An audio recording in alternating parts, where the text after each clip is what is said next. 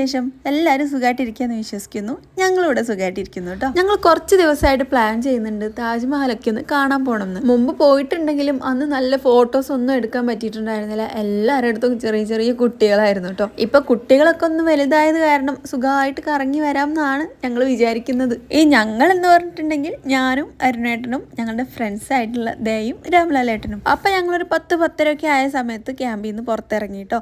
പോകുന്ന വഴിക്ക് ഞങ്ങൾ തന്നെ ഫുഡൊക്കെ ഉണ്ടാക്കി എടുത്തിട്ടുണ്ടായിരുന്നു. പിന്നെ കുട്ടികൾ 3 പേരും ഉണ്ടായതുകൊണ്ട് തന്നെ ഞങ്ങൾ കുറച്ച് ബിസ്ക്കറ്റും ഫ്രൂട്ട്സും ഒക്കെ കയ്യിൽ കരുതിയിട്ടുണ്ടായിരുന്നു. അപ്പോൾ ഇതാണ് ഞങ്ങൾ 2 പേരും കൂടി ഉണ്ടാക്കിയിട്ടുള്ള ഫുഡ്. ഞാൻ ഗീ റൈസ് പോലെ റൈസും അതുപോലെ ചിക്കൻ കറിയാണ് ഉണ്ടാക്കിയത്. ദേ ചപ്പാത്തിയും കുറച്ച് ചിക്കൻ ഫ്രൈ ഉണ്ടാക്കിയിട്ടുണ്ടായിരുന്നു. നമ്മൾ 2 ദിവസം ആഗ്രയിൽ തന്നെ ആയിരിക്കും. അതുകൊണ്ട് ഫുൾ ടൈം പുറത്തുനിന്ന് കഴിക്കണ്ടെന്ന് വിചാരിച്ചിട്ടാണ് ഒരു നേരത്തേക്ക് ഞങ്ങൾ ഉണ്ടാക്കി കൊണ്ടുപോയിട്ടുണ്ടായിരുന്നത്. ഞങ്ങളുടെ ക്യാമ്പ് നിൽക്കുന്ന സ്ഥലത്ത് നിന്ന് ആഗ്രയിലോട്ട് ഒരു 3-3.5 മണിക്കൂർ ദൂരമാണുള്ളത്. രാവിലെ നേരത്തെ പോവുകയാണെങ്കിൽ ഒരു ദിവസം കറങ്ങി രാത്രി തന്നെ തിരിച്ചെത്താവുന്നതേ ഉള്ളൂ. എടിപിടിയെന്ന് കറങ്ങാൻ ഒരു സുഖം ഉണ്ടാവില്ലല്ലോ. അതുകൊണ്ട് ഒരു ദിവസം മെല്ലെ സ്റ്റേ ഒക്കെ ചെയ്ത് മെല്ലെ തിരിച്ചു പോരാന്ന് വിചാരിച്ചു. നമ്മളിപ്പോൾ നേരെ പോകുന്നത് ആഗ്ര ഫോർട്ടിലേക്കായിരിക്കും. അത് കഴിഞ്ഞ് പിറ്റേ ദിവസമായിരിക്കും താജ്മഹലിൽ പോവുക. നമ്മളിപ്പോൾ കാണുന്നത് യമുന നദിയാണ് കേട്ടോ. നമ്മുടെ താജ്മഹലിന്റെ തൊട്ടടുത്താണ് യമുന നദി എന്ന് എല്ലാവർക്കും അറിയാലോ. അതുപോലെ തന്നെ ഈ താജ്മഹലും ആഗ്ര ഫോർട്ടും ഉള്ളത് ഏകദേശം അടുത്തായിട്ടാണ്. ആഗ്ര ഫോർട്ടിന്റെ വിശേഷങ്ങളൊക്കെ ഞാൻ പതിയെ പറയാം. അപ്പൊ ഞങ്ങളിതാ ആഗ്ര ഫോർട്ടിന്റെ പുറത്തുള്ള പാർക്കിംഗ് ഏരിയയിൽ എത്തിയിട്ടുണ്ട്.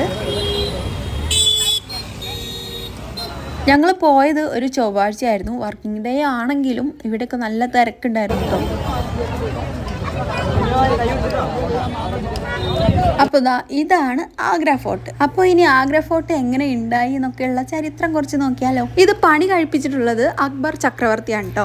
ഏകദേശം ഈ ആഗ്ര ഫോർട്ട് കാണാൻ ഡൽഹിയിലെ റെഡ് ഫോർട്ട് പോലെയൊക്കെയാണ് ഉള്ളത്. അതുകൊണ്ട് തന്നെ ആഗ്രയിലെ റെഡ് ഫോർട്ട് എന്നോ ആഗ്രയിലെ ചെങ്കോട്ട എന്നൊക്കെ ഈ ഒരു ആഗ്ര ഫോർട്ട് അറിയപ്പെടുന്നുണ്ട്. കാരണം ഇത് രണ്ടും നിർമ്മിച്ചിട്ടുള്ളത് ചുവന്ന കല്ലുകൾ കൊണ്ടാണ്. അപ്പൊ ഞങ്ങൾ ഇതാ 4 പേർക്കും ടിക്കറ്റ് എടുത്തു. കുട്ടികൾക്കൊന്നും ടിക്കറ്റ് വേണ്ട കേട്ടോ.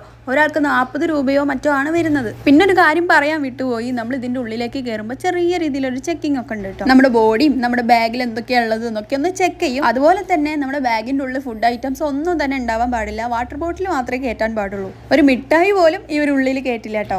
ഈ ഒരു ഭാഗത്തു കൂടിയൊക്കെ പോകുമ്പോൾ ആ ചുവന്ന കല്ലുകൾ എത്രത്തോളം പണിയെടുത്തിട്ടായിരിക്കും ഈ ഒരു രൂപത്തിൽ ഒരു മതിലാക്കി മാറ്റിയത് എന്നൊക്കെ തോന്നിപ്പോകും. അപ്പോൾ ഇനി നമുക്ക് ബാക്കി ഹിസ്റ്ററി കൂടി ഒന്ന് ഓടിച്ചിട്ട് വരാം. നമ്മൾ കുറെ മുഗൾ ചക്രവർത്തിമാരെ കുറിച്ചൊക്കെ പഠിച്ചിട്ടില്ലേ? ബാബർ, അക്ബർ, ഷാജഹാൻ, ഔറംഗസീബ്, അങ്ങനെ ഇവരെ പോലെയുള്ള ഒരുപാട് ചക്രവർത്തിമാര് ഇവിടെ നിന്ന് അവരുടെ ഭരണം നടത്തിയിട്ടുണ്ട്. ആ ബേക്കിൽ കാണുന്ന ഒരു കെട്ടിടം കണ്ടോ? ഇതിന്റെ പേര് ജഹാംഗീരി മഹൽ എന്നാണ് കേട്ടോ. ഈ കാണുന്ന സാധനം എന്താന്ന് മനസ്സിലാവുന്നുണ്ടോ? ഇത് നമ്മുടെ ജഹാംഗീറിന്റെ ബാത്തബാണത്രേ. ഇതിന് 5 അടിയോളം ഉയരവും 8 അടിയോളം വ്യാസവും ഉണ്ട്. മഴക്കാലം ആയതുകൊണ്ടാ തോന്നുന്നു ഉള്ളിൽ ഇത്തിരി വെള്ളമുണ്ട്. ഏകദേശം 94 ഏക്കറോളം വ്യാപിച്ച് കിടക്കുകയാണ് കേട്ടോ ഈ കോട്ട. നമുക്ക് ഊഹിച്ചാൽ തന്നെ മനസ്സിലാവും ഒരുപാട് വർഷങ്ങൾ എടുത്തിട്ടാവും ഇതിന്റെ പണി തീർന്നിട്ടുണ്ടായിരിക്കുക. 10,000-ഓളം തൊഴിലാളികള് 8 വർഷത്തോളം പണിയെടുത്തിട്ടാണ് ഈ ഒരു കോട്ട ഒരു പൂർവ്വസ്ഥിതിയിലായിട്ടുള്ളത്. അരുണേട്ടൻ പോയിട്ടുള്ള ഒരു വാതിൽ കണ്ടോ? ഇതിലൂടെ ആണോ എന്നറിയില്ല. ഇതിന്റെ ഉള്ളിൽ ഇതുപോലെ ഒരു തുരങ്കമുണ്ട്. അതിലൂടെ നേരെ നമുക്ക് താജ്മഹലിലേക്ക് പോവാന്നൊക്കെ കേട്ടിട്ടുണ്ട്.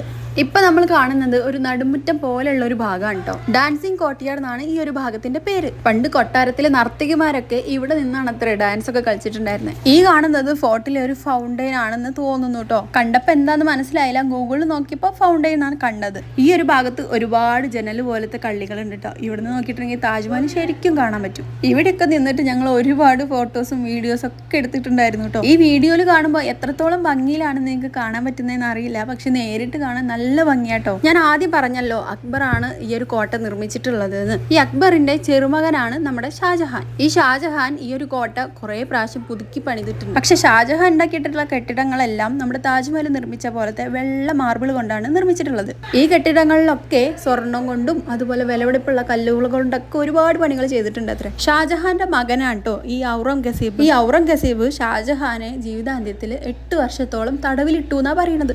ഈ കോട്ടയിലെ ഒരു ഭാഗത്ത് ഷാജഹാൻ തന്നെ പണി കഴിപ്പിച്ചിട്ടുള്ള ഒരു ഭാഗത്താണ് ഷാജഹാനെ ഔറംഗസീബ് തടവിലാക്കിയിട്ടുണ്ടായിരുന്നത്. സത്യം പറയുകയാണെങ്കിൽ ഞാൻ ഈ പറയുന്ന കാര്യങ്ങളൊക്കെ ഗൂഗിളിൽ നിന്ന് തപ്പിപ്പിടിച്ചെടുത്തതാണ് കേട്ടോ. ഇവിടെ നമുക്ക് ഗൈഡ്സിനൊക്കെ കിട്ടും. 200 രൂപയോ മറ്റോ ആണ് അവർ ചോദിക്കുക. നമുക്ക് വിശദമായിട്ട് അവരെല്ലാ കാര്യങ്ങളും എല്ലാത്തിനെ പറ്റി പറഞ്ഞു തരും. പക്ഷെ ഞങ്ങളിത് ജസ്റ്റ് ഒന്ന് കണ്ടിട്ട് കണ്ണോടിച്ച് പോവാന്നുള്ള ഒരു ഉദ്ദേശത്തോടെ മാത്രമാണ് വന്നത്. ഈ കാണുന്ന പുല്ലൊക്കെ ഉള്ള സ്ഥലത്തിനെ പണ്ട് മീനാ ബസാർ എന്നാണ് കേട്ടോ പറഞ്ഞിട്ടുണ്ടായിരുന്നത്. അതുപോലെ തന്നെ ഈ കൊട്ടാരത്തിലുള്ള സ്ത്രീകളൊക്കെ താമസിച്ചിട്ടുണ്ടായിരുന്നത് ഈ സൈഡിൽ കാണുന്ന മുറികളിലായിരുന്നു. ഈ സ്ത്രീകൾക്ക് ആവശ്യമുള്ള സാധനങ്ങളൊക്കെ കൊടുത്തിട്ടുണ്ടായിരുന്നത് ഈ മീനാ ബസറിൽ വെച്ചിട്ടായിരുന്നു. ഈ കാണുന്നത് ഒരു ശവക്കല്ലറയാണ്. ബ്രിട്ടീഷ് ഗവർണർ ആയിരുന്ന ജോൺ റസൽ കോൾവിൻ എന്ന ആളുടെ ആയിരുന്നു അത്. പിന്നെ നമുക്ക് ഇവിടെ ഒരു ബ്രിട്ടീഷുകാരുടെ പഴയ പീരങ്കിയൊക്കെ കാണാൻ പറ്റും കേട്ടോ.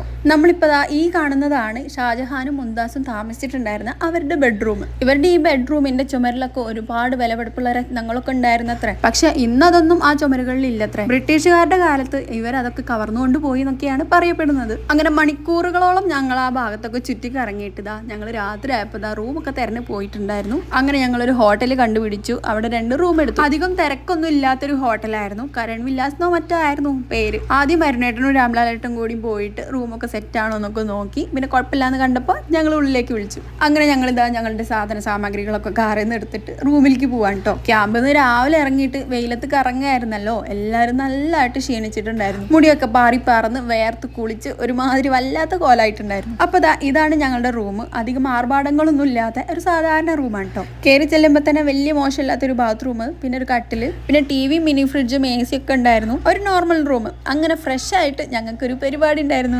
ഇന്ന് കറക്റ്റ് രാമലാലേട്ടന്റെ ബർത്ത്ഡേ ആയിരുന്നു കേട്ടോ. അങ്ങനെ ഒരു സ്പെഷ്യൽ കാര്യം കൂടി ഞങ്ങളുടെ ഈ ഒരു ട്രിപ്പിൽ ഉണ്ടായിരുന്നു. അപ്പൊ ഞങ്ങൾ അവരുടെ റൂമിൽ പോയിട്ട് കേക്ക് മുറിയും ആഘോഷമൊക്കെ കഴിഞ്ഞു. അതിന്റെ കൂടെ തന്നെ ഞങ്ങളുടെ അന്താക്ഷരി കളിയും കുറെ തർക്കങ്ങളും കുറെ വർത്തമാനങ്ങളും ഒക്കെ ഉണ്ടായിരുന്നു. അത് കഴിഞ്ഞ് ഞങ്ങൾ ഫുഡ് ഓർഡർ ചെയ്തു. ഞങ്ങളുടെ റൂമിലിരുന്ന് എല്ലാവരും കൂടി ഒന്നിച്ച് ഫുഡ് കഴിച്ചു. അധികം വലിച്ചു നീട്ടിട്ട് എല്ലാവരും ബോറടിപ്പിക്കുന്നില്ല. ഇവിടെ വെച്ച് നമ്മുടെ ബ്ലോഗ് ഇവിടെ അവസാനിപ്പിക്കുകയാണ്. അപ്പൊ ഇനി അടുത്ത വീഡിയോയിൽ കാണാം. എല്ലാവരും മറക്കാതെ സബ്സ്ക്രൈബ് ചെയ്യുക. ബൈ.